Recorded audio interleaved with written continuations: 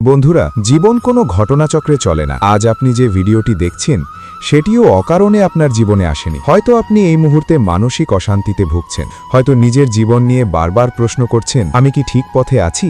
এত চেষ্টা করেও কেন শান্তি পাচ্ছি না? ভগবান কি সত্যিই আমার কথা শুনছেন? ঠিক এই প্রশ্নগুলোর উত্তর দিতেই পরমেশ্বর ভগবান শ্রীকৃষ্ণ স্বয়ং শ্রীমদ্ ভগবদ্ গীতার মতো এক মহাগ্রন্থ মানব জাতিকে উপহার দিয়েছেন। এই গ্রন্থ কেবল একটি ধর্মগ্রন্থ নয়, এটি মানব জীবনের সম্পূর্ণ গাইডবুক। জন্ম থেকে মৃত্যু, সুখ থেকে দুঃখ, সাফল্য থেকে ব্যর্থতা, জীবনের প্রতিটি স্তরের সমাধান লুকিয়ে আছে গীতার শ্লোকগুলির মধ্যে। ভগবান শ্রীকৃষ্ণ অর্জুনকে উদ্দেশ্য করে যা বলেছিলেন, আসলে তা আমাদের প্রত্যেকের জন্যই বলেছেন। কারণ অর্জুন শুধু একজন যোদ্ধা ছিলেন না, অর্জুন ছিলেন আমাদেরই প্রতিচ্ছবি, দ্বিধাগ্রস্ত, ভীত, প্রশ্নে ভরা এক মানব আত্মা। আজকের এই ভিডিওতে আমরা জানব শ্রীমদ্ ভগবদ্ গীতার সেই তিনটি মূল সার কথা, যেগুলি সমগ্র গীতা জুড়ে ভগবান বারবার বলেছেন। আশ্চর্যের বিষয় হল, বহু মানুষ প্রতিদিন গীতা পাঠ করেন, গীতা শ্রবণ করেন, অথচ এই তিনটি মূল কথাই উপলব্ধি করতে পারেন না। অথচ এই তিনটির মধ্যেই লুকিয়ে আছে সম্পূর্ণ গীতার সারসংক্ষেপ। আপনি যদি এই তিনটি বিষয় সত্যিই বুঝতে পারেন এবং জীবনে প্রয়োগ করতে পারেন, তবে বিশ্বাস করুন, আপনার জীবন সহজ হয়ে উঠবে, আপনার মন শান্ত হবে এবং শ্রীকৃষ্ণের অপার কৃপা আপনাকে ঘিরে রাখবে। আজ আমরা এই তিনটি মূল কথা জানব, তিনটি গভীর অর্থপূর্ণ কাহিনীর মাধ্যমে, যাতে কথাগুলি শুধু আপনার কানে নয়, সরাসরি আপনার হৃদয়ে পৌঁছে যায়। ভিডিওটি শেষ পর্যন্ত মন দিয়ে শুনুন। যদি ভালো লাগে একটি লাইক করবেন এবং কমেন্ট সেকশনে মন থেকে একবার লিখবেন জয় শ্রীকৃষ্ণ। আর অবশ্যই আমাদের চ্যানেল জয় মহাকালকে সাবস্ক্রাইব করে পাশে থাকবেন। প্রথম সার কথা, ভগবানের প্রতি অটল বিশ্বাস। একবার নারদ মুনি প্রভু নারায়ণের আদেশে পৃথিবীতে এসেছিলেন কিছু কাজের জন্য। কাজ শেষ করে বৈকুণ্ঠে ফিরে যাবার পথে তিনি দেখলেন এক ধার্মিক ব্রাহ্মণ নারদ মুনিকে প্রণাম করে জিজ্ঞাসা করলেন, হে নারদ মুনি, আপনি কি প্রভু নারায়ণের কাছে যাচ্ছেন? নারদ মুনি বললেন, হ্যাঁ। তখন ব্রাহ্মণ অনুনয়ের সুরে বললেন, তাহলে প্রভুকে জিজ্ঞাসা করবেন, কবে আমি এই সংসারের সমস্ত জ্বালা যন্ত্রণা থেকে মুক্তি পাব এবং বৈকুণ্ঠে গিয়ে চির আনন্দে বাস করতে পারব? নারদ মুনি সম্মতি জানালেন। কিছু দূর এগোতেই তিনি দেখলেন এক মুচি গাছের তলায় বসে জুতো সেলাই করছে। সেও একই প্রশ্ন করল, আপনি কি প্রভু নারায়ণের কাছে যাচ্ছেন?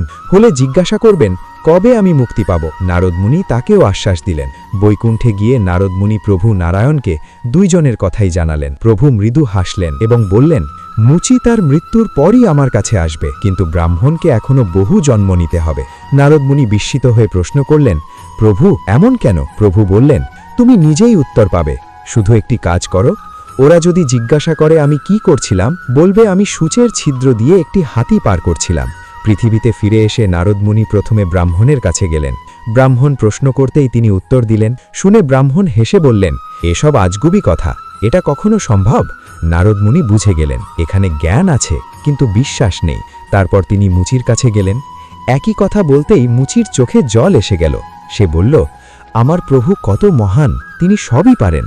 নারদ মুনি জিজ্ঞাসা করলেন, তুমি কিভাবে এটা বিশ্বাস করলে? মুচি বলল, আমি প্রতিদিন দেখি এই বিশাল বটগাছটা ছোট্ট একটা বীজ থেকে জন্মেছে।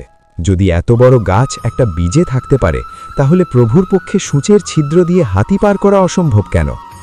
এখানেই প্রথম শিক্ষা, ঈশ্বরের প্রতি অটল বিশ্বাস। ভগবান শ্রীকৃষ্ণ গীতায় বলেছেন, এই সমগ্র জগৎ তার নির্দেশেই পরিচালিত হয়, তার কাছে অসম্ভব বলে কিছু নেই।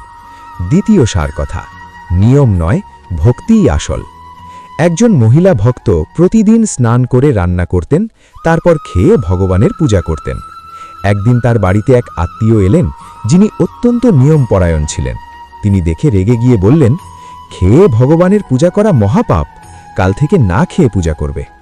মহিলা তার কথা মেনে নিলেন, কিন্তু কিছুদিন পর লক্ষ্য করলেন, আগে তিনি ঘন্টার পর ঘন্টা মন দিয়ে পূজা করতে পারতেন, এখন 10-15 মিনিটেই মন অশান্ত হয়ে যায়। একদিন এক সাধু এলে তিনি সব কথা খুলে বললেন। সাধু মুচকি হেসে বললেন, মা, পেটে খিদে থাকলে মন কি ভগবানের দিকে যায়? ভগবান নিয়ম দেখেন না, ভক্তি দেখেন। শ্রী রামকৃষ্ণ পরমহংসদেবও বলেছেন, খালি পেটে পূজা দিয়ে মন যদি খাবারে যায়, তার চেয়ে খেয়ে শান্ত মনে পূজা করা শ্রেয়। দ্বিতীয় শিক্ষা, ভক্তি সর্বশ্রেষ্ঠ। শ্রীকৃষ্ণ বলেছেন, পূর্ণ ভক্তিতে যা কিছু করো সব আমাকে অর্পণ করো।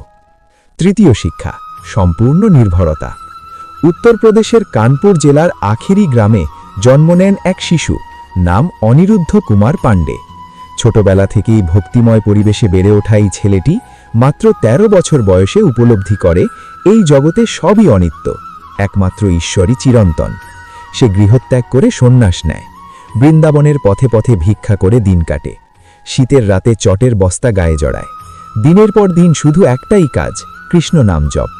পরে জানা যায় 18 বছর ধরে তার দুটো কিডনি কাজ করছিল না। ডাক্তার বলেছিলেন তিনি বেশি দিন বাঁচবেন না, কিন্তু তিনি বলতেন, কৃষ্ণ চাইছেন বলেই আমি বেঁচে আছি, যেদিন তিনি চাইবেন না সেদিন চলে যাব। এই মহান সাধুই আজ আমাদের পরিচিত প্রেমানন্দ গোবিন্দজি মহারাজ। তৃতীয় শিক্ষা, শ্রীকৃষ্ণের ওপর সম্পূর্ণ নির্ভরতা। বন্ধুরা, শ্রীমদ্ ভগবদ্গীতার এই 3টি মূল সার কথা হল: 1 বিশ্বাস, 2 ভক্তি, 3 নির্ভরতা। এই 3টি গুণ যার জীবনে আছে তার জীবনে দুঃখ স্থায়ী হয় না, কারণ তার পাশে স্বয়ং ভগবান থাকেন। ভিডিওটি যদি আপনার হৃদয় ছুঁয়ে যায় একটি লাইক করবেন, কমেন্টে মন থেকে লিখবেন জয় শ্রীকৃষ্ণ। আপনার জীবন ভরে উঠুক শান্তি, বিশ্বাস আর ভক্তিতে। শ্রীকৃষ্ণ ও মহাকালের কৃপা যেন সর্বদা আপনার উপর বর্ষিত হয়। জয় মহাকাল, জয় শ্রীকৃষ্ণ।